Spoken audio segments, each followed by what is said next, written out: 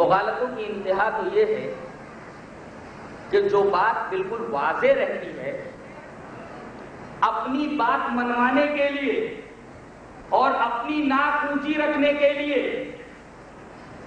ایک صاف اور سیدھی اور واضح بات کا انکار کر جاتا ہے۔ اب رمضان شریف آ رہا ہے، اب یہ بحث چالو ہو جائے گی، پیپر، پمفلٹ، اخبارات، اس سے آپ کو بھرے پڑے ملیں گے کہ بھائی 20 رکعت تراویح یا 8 رکعت تراویح سے ہوتا آ رہا ہے، اب تک حفاظ نہیں ہو،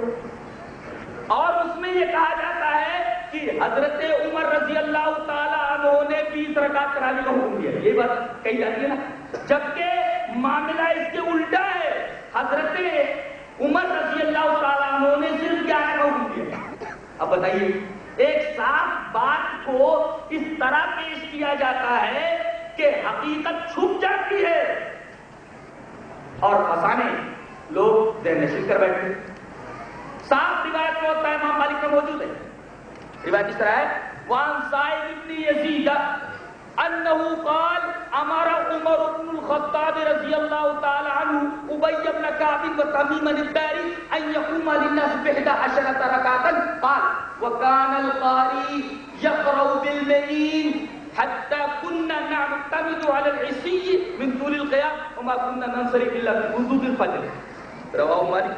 الموطأ۔ حضرت سعید بن یزید فرماتے کہ حضرت عمر بن خطاب نے دو صحابیوں کو، ابی بن کعب کو اور تمیم داری کو، حکم دیا کہ وہ جائیں لوگوں کو 11 رکعت تراویح پڑھائیں، ان یقوم للناس ب11 رکعة،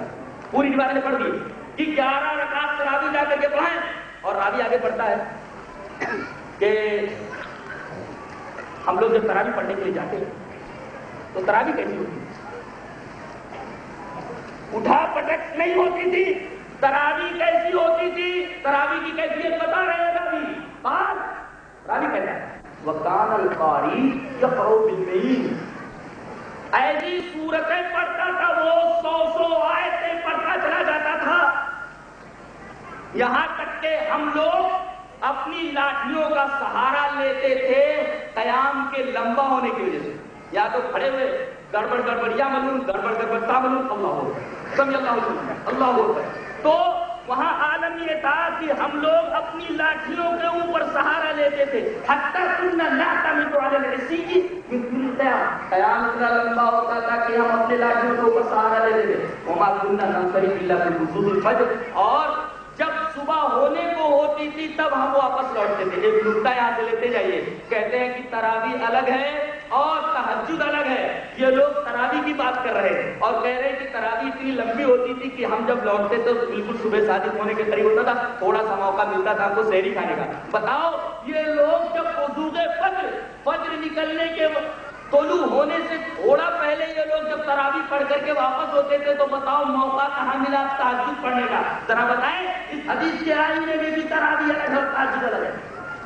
یہ حدیث نہیں بتاتے، اس لیے کہ حدیث جب بیان کریں گے تو ایک تو یہ ملے گا کہ حضرت عمر نے ابی بن کعب اور تمیم داری کو 11 رکعت پڑھانے کا حکم دیا، اور دوسرے یہ بھی ملے گا کہ جلدی جلدی تراویح نہیں پڑھنی چاہیے، اور تیسرے یہ بھی ملے گا کہ جب وہ لوگ صبح صادق کے قریب لوٹتے تھے تو پھر تہجد کب پڑھتے تھے، اور ہم لوگ کہتے ہیں کہ تہجد الگ ہے تراویح الگ ہے۔ یہ روایت ہنسانے والی تھی،